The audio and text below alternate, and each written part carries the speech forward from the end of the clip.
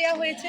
যে সমস্ত কাজ মা শিশু, হাই রিস্ক মাদার থেকে শুরু করে টিনেজার মাদার, বয়স্ক, সমস্ত কাজ আমাদের চাপিয়ে দেওয়া হয়েছে। এছাড়াও খেলা মেলার ডিউটি, আবাস যোজনার ডিউটি, যেখানে দুয়ারে সরকারের ডিউটি, সব কিছুতে আশাদের ইনভলভ করা হচ্ছে।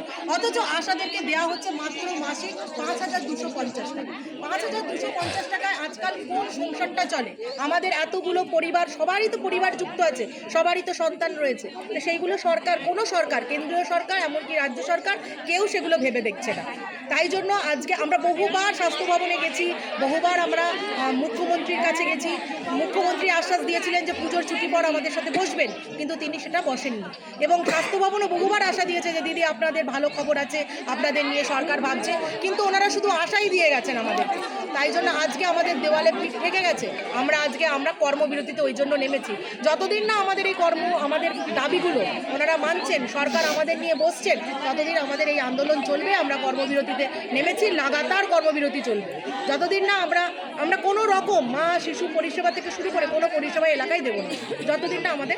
কতদিন এই কর্মবিরতি চলছে আপনাদের? আমাদের এই 23শে ডিসেম্বর গতকাল থেকে আমাদের কর্মবিরতি শুরু হয়েছে এবং এটা লাগাতার চলবে। আজকে ব্লকে ব্লকে ডেপুটেশন সব জায়গায় হচ্ছে, আর রাজ্যে গোটা পশ্চিমবাংলা। গতকাল আমরা পঞ্চায়েতে বিক্ষোভ করেছি, আর আগামী 26 তারিখ আমরা চুঁচুড়ায়, আমাদের হুগলি ডিস্ট্রিক্টের সদর জেলাতে আমরা ওখানে বিক্ষোভ সমাবেশ করব। এছাড়াও আমরা 31 তারিখ আরামবাগ সাব ডিভিশনে একটা প্রোগ্রাম করব, কর্মসূচি আছে আমাদের, বিক্ষোভ কর্মসূচি। তাছাড়া 7ই জানুয়ারি থেকে আমাদের স্বাস্থ্য ভবনের ওখানে আমাদের লাগাতার বিক্ষোভ সমাবেশ চলবে। আরামবাগে এই দক্ষিণ নারায়ণপুর হসপিটালে কেন আজকে বেছে নিলেন, বা এই যে কর্মীরা, আশা কর্মীরা, তারা কি সকলেই আরামবাগ গ্রাম পঞ্চায়েত? না, আমরা এখানে আছি গোটা আরামবাগ ব্লকের 16টা পঞ্চায়েতের আশা কর্মী।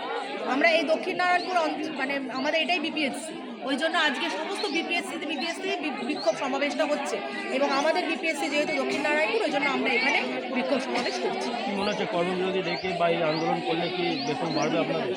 আমরা তো আশা রাখছি যে সরকার নিশ্চয়ই আমাদের সঙ্গে বসবেন, যেহেতু মুখ্যমন্ত্রী অনেক জায়গায়, অনেক মিটিংয়ে, অনেক মিছিলে বলেছেন যে আশাকর্মীরা হচ্ছে স্বাস্থ্যের মেরুদণ্ড, আমরা ছাড়া নাকি স্বাস্থ্য পরিষেবা অচল। তাহলে আজকে আমাদের এই দুরবস্থার কথা উনি কেন ভাবছেন না?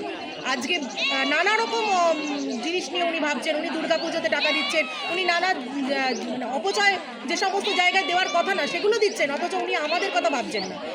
আজকে মন্দির মসজিদ নিয়ে রাজনীতি চলছে, অথচ যারা স্বাস্থ্য পরিষেবা দিচ্ছে, যারা মা শিশুকে দেখছে, তাদের কথা সরকার ভাবছে না। আমরা তাই তাদেরকে ভাবাতে চাই, যতক্ষণ না তারা আমাদের সাথে বসবে আমরা এই আন্দোলন চালিয়ে যাব।